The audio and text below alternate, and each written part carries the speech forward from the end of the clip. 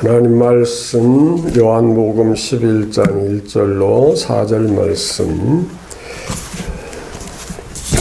말씀의 제목은 줍을 고비를 넘기며인데 석자로 세자로 요약하면은 어떻게 표현이 되겠습니까? 죽을 고비를 넘기며. 아직 죽진 않았죠. 죽을 고비를 넘긴다고 하니까. 그렇죠. 죽을 뻔. 네. 죽을 뻔이 좋습니까? 살 뻔이 좋습니까? 네. 하나님은 우리를 사랑하시는 아버지십니다. 사랑하시는 아버지가 아들을 죽을 뻔하는 그런 자리에 많이 이르게 하십니다. 그런데 죽을 뻔을 당하는 입장에서는 참 힘들고 어렵습니다. 안 그랬으면 참 좋을 것 같습니다. 그런데 아버지는 또 이상한 아버지예요. 꼭 죽을 뻔하게 만드시는 아버지시에요. 그 속에는 깊은 하나님의 사랑이 있고 축복이 있고 깊은 뜻이 있습니다. 우리 드라마가 어떤 드라마가 재미있어요? 죽을 뻔이 여러 번 나오는 드라마가 재밌죠. 그런데 끝에 가서는 어떻게 돼요? 해피엔딩. 죽을 뻔이 없었으면은 해피엔딩, 즉 행복이 참 행복인 줄을 몰라요. 죽을 뻔이 있었기 때문에. 자, 죽을 뻔을 제가 너무 많이 사용하는 것 같은데, 죽을 것 같은 그 고비를 넘기고 또 넘긴 그러한 사람이 진짜 행복을 알 수가 있는 것입니다. 하나님은 우리 아버지시고 우리를 사랑하시기 때문에 우리에게 더 큰 행복을, 더 큰 기쁨을 깨닫게 하기 위해서 이러한 과정을 주신다. 그런 의미의 말씀이 되겠습니다. 오늘 읽은 말씀 좀 길게 다 읽어야지만은 간략하게 읽었습니다. 마리아, 마르다, 나사로 이 세 남매가 사는데 예수님과 어떤 관계냐? 아주 가까운 관계입니다. 예수님이 저들을 사랑하시고 또 저들도 예수님을 사랑하고 존경하는 사이인데 나사로가 병들어 죽게 됐습니다. 그런데 예수님은 죽은 자도 살리시고 병든 자를 다 고치시고 능력이 무한하신 분이시기 때문에 아마 이 마리아와 마르다가 나사로가 병들었을 때 그 당시 호칭으로 표현해보지요. 아마 선생님 그렇게 표현했겠죠. 선생님, 우리 오빠가 지금 병들어 죽게 됐습니다. 선생님은 능력이 많으시잖아요. 얼마든지 고치실 수 있잖아요. 죽은 자도 살릴 수 있잖아요. 좀 고쳐주세요. 애원했겠어요? 안 했겠어요? 물론 했겠죠. 그런데도 불구하고 안 고쳐주셨어요. 못 고쳐주신 것이 아니라 안 고쳐주시고 멀리 다른 지역으로 또 가셨습니다. 그러니 이 마리아와 마르다는 얼마나 속이 타겠어요. 그 부모도 없이 세 남매가 살아가는데 오빠가 죽게 됐으니 얼마나 애가 타겠어요. 결국은 주님이 딴 곳으로 가시고 나사로가 죽었습니다. 그래 이제 마리아와 마르다가 사람을 보내서 예수님을 빨리 오시게 해달라고 간청을 하는데 제가 이제 여러 앞뒤를 살펴볼 때 이제는 와서 장례나 좀 치러 주십시오. 그런 의미예요. 이제는 뭐 끝났습니다. 끝장이 났습니다. 죽었습니다. 그 왜 그렇게 표현할 수 있느냐면은 예수님이 오셨을 때 이미 무덤에 갔다가 놓고 또 나흘이 지났기 때문에 벌써 시신은 부패됐습니다. 냄새 납니다. 예수님 오실 때에 이 마리아와 마르다가 어떤 자세를 가졌습니까? 이제 나중에 부활할 줄은 믿습니다. 부활은 믿긴 믿지만은 나중에 부활할 것을 믿었어요. 지금 예수님이 오셨으니까 살려주실 것을 믿었어요. 나중에 부활할 걸 믿은 거예요. 근데 예수님의 또 태도를 한번 보겠습니다. 그렇게 사랑하는 형제가 아파서 죽게 생겼을 때 왜 멀리 가시냐 이거예요. 거기서 좀 기다려서 어떻게 안수 좀 해주시고 고쳐주시고 그래야 되는데 왜 멀리 떠나시냐. 그때 그 마리아와 마르다가 예수님 붙잡지 않았겠어요? 아이고 선생님, 오빠가 이렇게 아픈데 지금 그렇게 멀리 또 가시면 어떡해요? 조금 더 계셔요. 좀 고쳐주세요. 자, 이런 소리는 우리가 다 이해할 수 있는 건데 여기 기록은 안 됐지만은 그런 말을 안 할 수가 없었을 거예요. 그런데 그걸 뿌리치고 멀리 가셨다. 이렇게 생각을 해 봅니다. 그 사람을 보내서 예수님을 모시고 오도록 했는데 예수님께서 좀 속된 표현 쓰겠습니다. 딴전을 피시는 거예요. 그 죽은 거 아니에요. 지금 잠자고 있어. 실제는 죽어서 예수님 모시러 갔잖아요. 그런데 그런 소식을 들었으면 만사 제치고 또 쫓아가야 그게 서로의 그 어떤 관계이지 않겠어요? 그런데도 불구하고 이틀을 더 유하시고 태평세월이죠. 네. 태평한 자세로 이틀을 더 계시다가 이제 갔습니다. 그리고 잠자고 있다. 깨우러 가자. 그렇게 가신 것입니다. 자, 이 말씀을 좀 자세히 설명하려면 긴 시간이 걸리지만 오늘 제가 드릴 말씀의 핵심과 연관된 부분만 몇 단어를 소개한 것입니다. 우리가 어려운 일을 당할 때 그 어려운 일을 죽을 고비라고 이렇게 표현해 보십시다. 죽을 지경이다. 죽을 고비다. 우리가 그런 표현을 하는데 그럴 때마다 우리는 기도를 합니다. 주님께 기도합니다. 그런데 기도할 때 즉각 뭐가 잘 이루어지던가요? 결국은 그 기도가 이루어지지 않고 죽어. 나사로가 죽듯이 그냥 실패, 또 어떤 큰 어려움, 환난, 고통을 당하게 된다. 그런 경우가 허다하게 많습니다. 왜 하나님은 우리의 기도를 들어주시지 않을까? 진짜 하나님이 우리의 아버지신가? 하나님이 살아계신가? 그런 회의를 느낄 정도로 우리의 기도가 이루어지지 않는 때가 너무나 많습니다. 주님, 오빠가 이렇게 금방 죽어가고 있는데 좀 고쳐주세요. 살려주세요. 빨리 오셔서 어떻게 좀 해주세요. 그 간청은 이루 말할 수가 없을 거예요. 근데 주님 너무 태연하시요.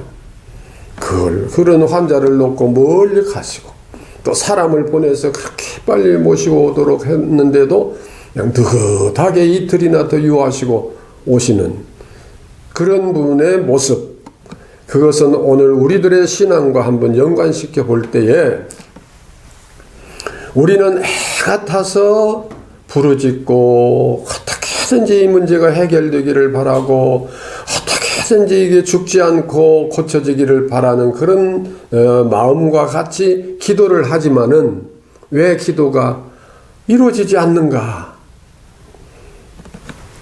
그런 회의를 느낄 때가 많습니다. 그런데 잘 우리가 생각해 보면은 오늘 본문의 말씀의 핵심은 뭐냐 하면은 나사로의 죽음은 하나님의 영광을 위한 것이라 그랬습니다. 사람의 제일 된 목적이 뭐예요? 요리문답에 사람의 제일 된 목적은 하나님을 영화롭게 해 드리는 것입니다. 그렇게 보면은 하나님은 영화롭게 해드리고 나는 그냥 고통을 당하고 어려움을 당해도 된다, 그런 표현이 아닙니다.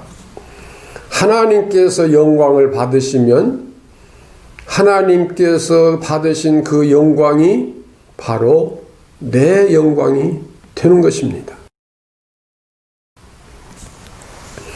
그러니까 2달란트, 5달란트 받은 종이 그것을 열심히 장사해서 배로 남겨서 주인에게 드렸더니 다 주인이 가져가고 나는 빈털터리가 됐느냐? 그게 아니잖아요.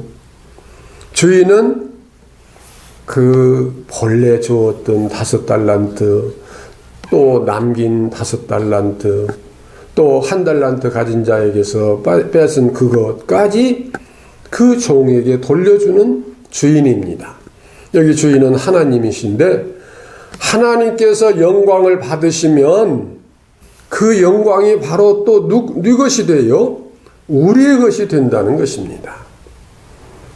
그러므로 우리가 오로지 하나님께 영광을 돌리기 위해서 어떤 일을 한다면 결과는 그것이 다 내게 영광이 되어지는 것입니다. 그러니까 안 믿는 사람들의 눈에는 예수 믿는 사람들 참 팔자소관이다. 그냥 실컷 수고하고 노력하고 어찌고 저찌고 해가지고 몽땅 갖다 하나님께 바친다고, 하나님이 계시기나 하나, 목사한테 갖다 그냥 바친다고 그런 표현을 하려는지 모르지만은 그것이 결과는 다 내 것이 되어져요. 그런데 내 것이 되어진다 하는 욕심을 가지고 드린다면 또 그건 잘못된 자세죠. 또 그런 사람에게는 또 하나님께서 그렇게 역사도 안 하시고, 근데 나사로를 통해서 하나님 영광을 받으십니다.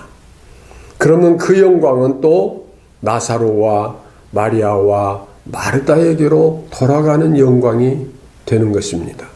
여기서 우리가 이제 몇 가지로 요약할 것은 우리에게, 즉 우리 믿는 자들에게, 잘 믿는 자들, 먼저 좀 드릴 말씀은 고난이 2가지 의미에서 와요. 하나는 잘못을 저지른 죄값으로 고난이 오는 것이 있고, 하나는 사랑하는 자에게 더 큰 은혜를 주시기 위해서 주시는 고난이 있어요. 욥의 고난은 어떤 고난이냐 하면은 그는 동방의 의인이고 참 인간적 표현으로는 흠이 없는 하나님께서 자랑하시는 그런 사람이지만은 하루아침에 큰 고난이 옵니다.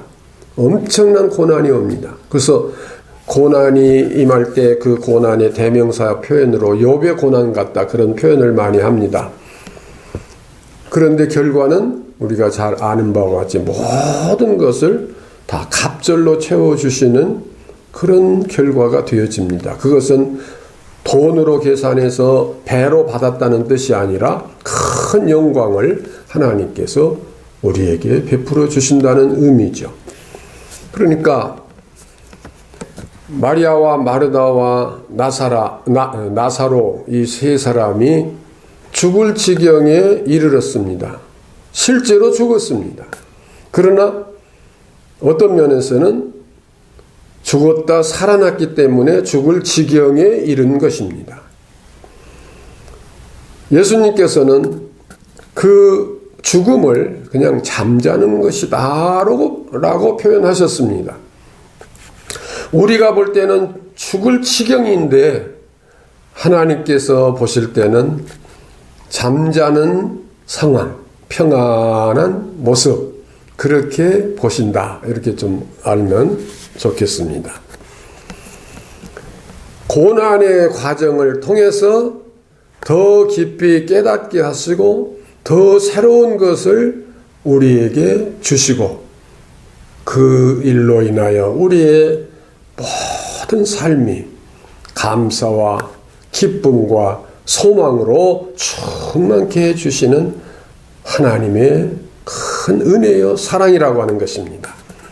그러므로 오늘 우리의 삶이 고난을 당할 때는 이 고난 후에는 이제 하나님의 축복이 주어질 것이니까 그냥 참자, 아이고 죽겠네, 그런 고난이 아니라 이제 하나님의 축복이 오니까 참고 기다리자, 그런 계산 속에서 그 고난을 맞이하는 게 아니라 고난을 당하는 그 생활이 고난을 느끼지 못하는 감사와 기쁨의 삶이 되어야 돼요. 아이고 죽겠네가 아니라 주여 감사합니다. 내게 또 이런 기회를 주신 것 감사합니다. 이렇게 어려움도 있고 이렇게 실패도 하고 이렇게 어려운 많은 과정을 거치지만 주님이 함께 하심을 믿습니다. 이것이 인위적으로 되는 것이 아니라 내 믿음에서 그 마음이 저절로 솟아나고 스스로 되어지는 자세가 되어야 된다. 그런 믿음이 될 때에 하나님께서 우리들에게 사랑으로 주시는 그 고난이고 그 고난 후에는 큰 영광이 우리에게 오는 것입니다. 이거 말은 쉬운데 사실 진짜 그 상황에 이르렀을 때는 참 어려울 것입니다. 그게 잘 안 될 거예요. 진짜 죽을 고비에 들어가 있을 때는 아이고 죽겠네 소리가 저절로 나올 수밖에 없습니다. 그러나 분명한 것은 그런 상황에 이르렀어도 내 속에는, 내 중심에는 평안이 와야 돼요. 감사가 있어야 돼요. 기쁨이 있어야 돼요. 소망이 있어야 돼요. 주님은 나를 버리시지 않는다. 주님은 나와 함께 하신다 하는 그 확신이 있어야 돼요. 그것이 바로 성도의 삶이고 믿음의 모습인 것입니다. 우리가 잘 아는 화인 제니 크로스비라고 하는 사람이 있죠. 이 사람은 난지 7개월 만에 눈을 잃었어요. 시력을 잃었어요. 돌팔이 의사가 약물을 잘못 써가지고 그렇게 됐대요. 그런데 1살 때 또 사랑하는 아버지가 돌아가시고 또 11살 때 자기를 그렇게 사랑해 주시던 할아버지가 돌아가시고 아주 어려운 과정에서 이렇게 살았는데 시력, 즉 눈이 보이지 않기 때문에 얼마나 고통스럽겠어요. 근데 그러한 삶을 살면서도 하나님의 은혜를 깨닫고 보니까 모든 것이 감사한 거예요.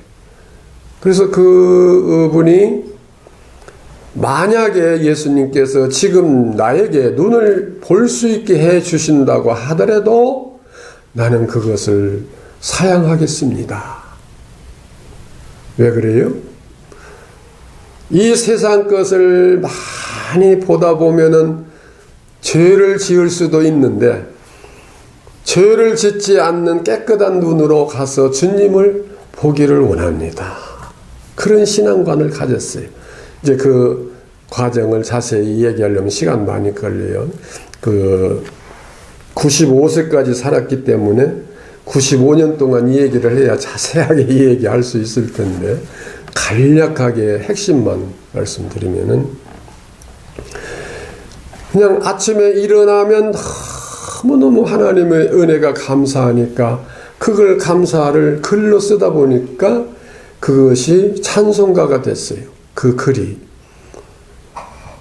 우리 찬송가에도 23편이 수록되어 있고 그가 쓴 찬송시가 약 9,000개가 된다고 그래요. 9,000개. 그러니까 얼마나 많아요. 예. 우리 찬송에서 많이 부르는 찬송 중에 나의 갈 길 다 가도록 예수 인도하시니, 제가 이제 이 찬송을 그 옛날에 신방 가서 좋아하시는 찬송 어디를 부를까요? 하고 묻고 그 가정에서 좋아하는 찬송을 택할 때 이 찬송을 제일 많이 좋아하시더라고요. 나의 갈 길 다가도록 예수 인도하시는 그 찬송. 어떤 상황에서 이 찬송의 가사가 쓰여졌어요? 난지 그 6주, 생후 6주에 그렇게 됐다고 그래요. 6주에 눈을 잃고 평생 세상을 볼 수 없는 그 고통스러운 삶의 속에서 나의 갈 길 다가도록 예수 인도하시니 모든 그 일들을 하나님께서 인도하시고 복된 길로 인도하시고 함께 하신다고 하는 그런 뜨거운 신앙이 그 속에 있어서 이런 찬송시가 나올 거 아니겠어요? 그러니까 말씀을 요약하면은 어떠한 고난도 우리가 믿음으로 살고자 하는 중심에서 오는 생활의 고난은 그 고난 속에 하나님의 영광이 약속되어 있다. 그러면은 그냥 이를 악물고 참아서 결국에 가서 그 고난, 영광을 얻게 되겠지가 아니라 그 고난 속에 하나님의 영광이 있기 때문에 그 고난 자체부터 이것이 우리들에게도 영광이 되어야 된다. 되어야 된다고 하는 표현보다는 영광이다. 그런 표현입니다. 그렇다면은 결론은 우리 성도의 생활은 어떠한 경우에도 항상 기뻐하라. 범사에 뭐하라? 감사하라. 쉬지 말고 기도하라. 쉬지 말고 기도하라고 하는 말은 뭘 자꾸 또 요구하고 또 바라고 청구서 내는 식의 기도가 아니라 기도는 여러 가지 의미 중에서 하나님과 우리 사이의 대화요. 대화. 그러니까 가족 간에도 서로 쓸데없는 말이라도 자꾸 서로 이야기를 나누면 더 정이 깊어지고 더 뜨거워진 것처럼 쉬지 말고 기도하라는 것은 이것도 달라 저것도 달라 이것도 저것도 무엇을 많이 막 달라고 하는 욕심을 부리라는 뜻이 아니라 기도를 통해서 너와 내가 함께 늘 대화를 나누자.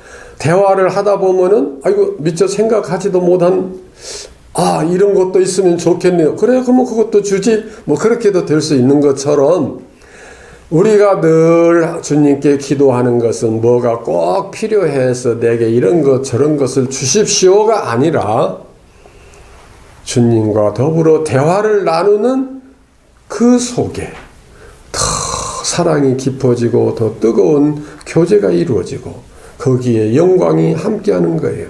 그래서 항상 기뻐하게 되고 쉬지 않고 기도하게 되고 그런 생활 속에서 모든 것이 범사에 감사하게 돼요. 그러니까 죽어서 썩어서 냄새날 정도까지 내려간 것 같아도 주님이 오셔서 그를 다시 일으키심으로 하나님께서 영광을 받으시고 또 그 가정에 그들에게는 그 영광이 함께 임하게 되는 것입니다. 그러니까 우리의 고난은 잠시 잠깐이지만 영광은 영원한 것인데 그 영광과 지금의 고난과 비교할 수가 없다. 그러니까 나사로가 고난받은 것은 4일이라고 봅시다. 죽어서 어려움을 당한 것이니까. 그 다음에 몇 년을 살았는지는 모르지만은 4일간 고난을 죽을 뻔하는 고난을 당했지만은 그 다음 하늘나라에 갈 때까지는 얼마나 기쁨 속에 살았겠어요. 그리고 많은 사람들이 나사로를 만나면 어떻게 했겠어요.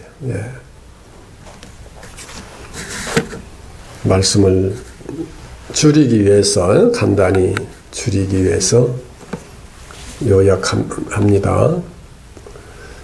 어떠한 경우에도 이 속에는 하나님의 영광이 약속되어 있다.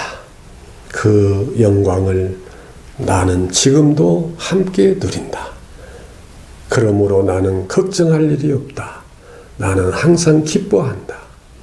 나는 항상 하나님과 교제한다. 그리고 모든 일이 감사하다. 왜 내 기도는 안 들어주시는가? 왜 이렇게 그 어려움을 당하는데도 왜 주님은 멀리 떠나시는가? 사람 보내서 그냥 빨리 모시고 오라고 했는데도 이틀이나 더 유하고 오시는가? 그런 것 같아도 거기는 다 하나님의 계산이 있어요. 주님의 계산이 있어요. 우리가 액을 복통을 하더라도 그 배후에는 하나님의 계산이 있어요. 그러니까 그 액을 복통이 고통을 당하는 액을 복통이 아니라 하나님을 더 가까이 하는 그런 뜨거운 사랑의 열정의 기도가 되어야 된다. 그런 말씀으로 오늘 요약을 하겠습니다. 기도하십시다.